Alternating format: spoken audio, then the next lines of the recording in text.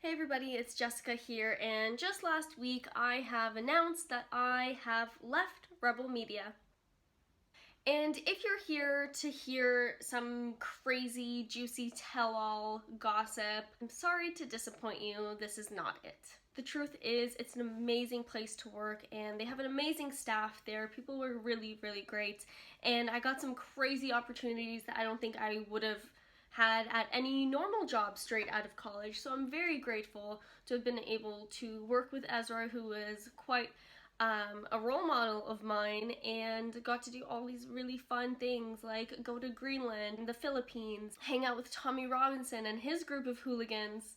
I got to go to these amazing places, foreign countries, but it was extremely stressful. Although I did have a team back in Toronto, just a click away. I can give them a call 24/7. Everybody was very supportive, but when you're just there on the ground alone, it can get quite overwhelming. That's the one thing that gets on my nerves with negative comments online, is like when people are like, oh, I hope you enjoyed your free vacation to the Philippines.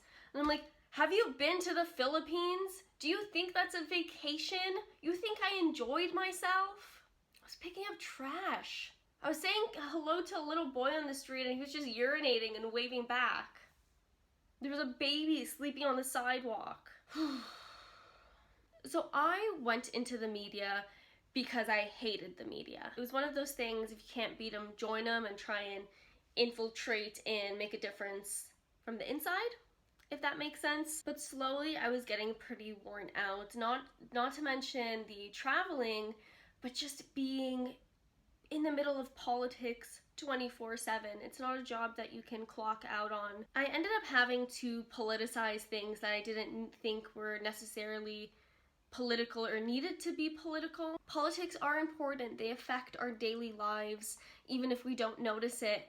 But life is so much more beautiful without politics all the time, and there's a lot more to life and journalism than politics. You know, I hate CNN as much as the next right-winger, and I love videos of liberals getting owned or destroyed. Like Fleckes is so great at it when he goes to all these protests and rallies and talks to them there. And he doesn't do much, but the people really speak for themselves and expose themselves of how dumb they are. But when I was in that position and I was standing there in front of a liberal and they're talking nonsense, I didn't really feel like it was my place to argue with them or make them seem any more dumb than they're showing themselves to be. Especially when I was out in Iowa following a bunch of Democrats running for president, and I got to be around them. I spoke to them, I spoke to their supporters. When they're standing in front of me, it really humanizes them, and I just don't feel good shining a light on their stupidity. You know, I don't think liberals are full of hate or evil. I don't think their stupid, dumb ideas and policies come from a negative, evil place. I think they generally want to help people, and I think they do care. They're just hugely, grossly misinformed, and they're usually completely wrong. And from the start, I wanted to work at Rebel Media because guess what? I did want to choose a side because CNN does it, the Washington Post does it, Vice does it, there's so many left-wing media outlets out there that I was like, okay, then I gotta go do the other side then. I didn't really believe that there was a way to be objective in 2019 with our political climate. There's an argument to be made in any ethical case or situation, circumstance that comes up, and I think it really does come down is to your gut feeling. Do you feel good or do you feel bad doing what you're doing? And some of the times I just didn't feel very great. Of course, there's a lot of stuff at Rebel that I absolutely love and I think is hilarious, like their jumbo trucks. That's hilarious, like rolling around Brampton with a huge jumbo truck of Trudeau in brown face. Like, come on, that's great. But then there's stuff that I just didn't totally agree with and didn't really sit right with me. And I think that could be said in any job or company that a person works at. It's not just in journalism or in politics. The point is, there's no dirty secret behind why I left Rebel Media. It was a great opportunity, an amazing experience. I learned a lot. Very happy I got to meet all the people I did, all the people I worked with, and yeah, I have to say I left on good terms. At least I think I left on good terms, unless Ezra will come out with a video titled Why It's Great Jessica Left Rebel.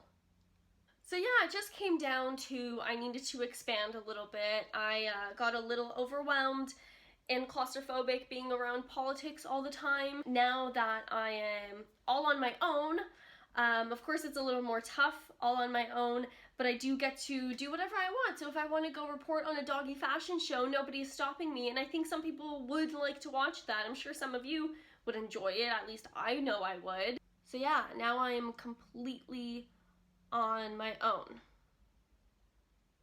I just want to share why I left Rebel Media. I didn't want there to be any rumors or gossip out there, because really nothing terrible happened.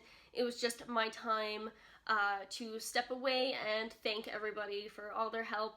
You know, without Rebel, I probably wouldn't have all of you watching right now, so thank you so much. Make sure you like and subscribe and spam all your friends. Just keep sending them daily Jessica videos. They're gonna tell you to stop, they're gonna tell you they hate it, but that's just the wall you have to break down. They'll eventually learn to love me.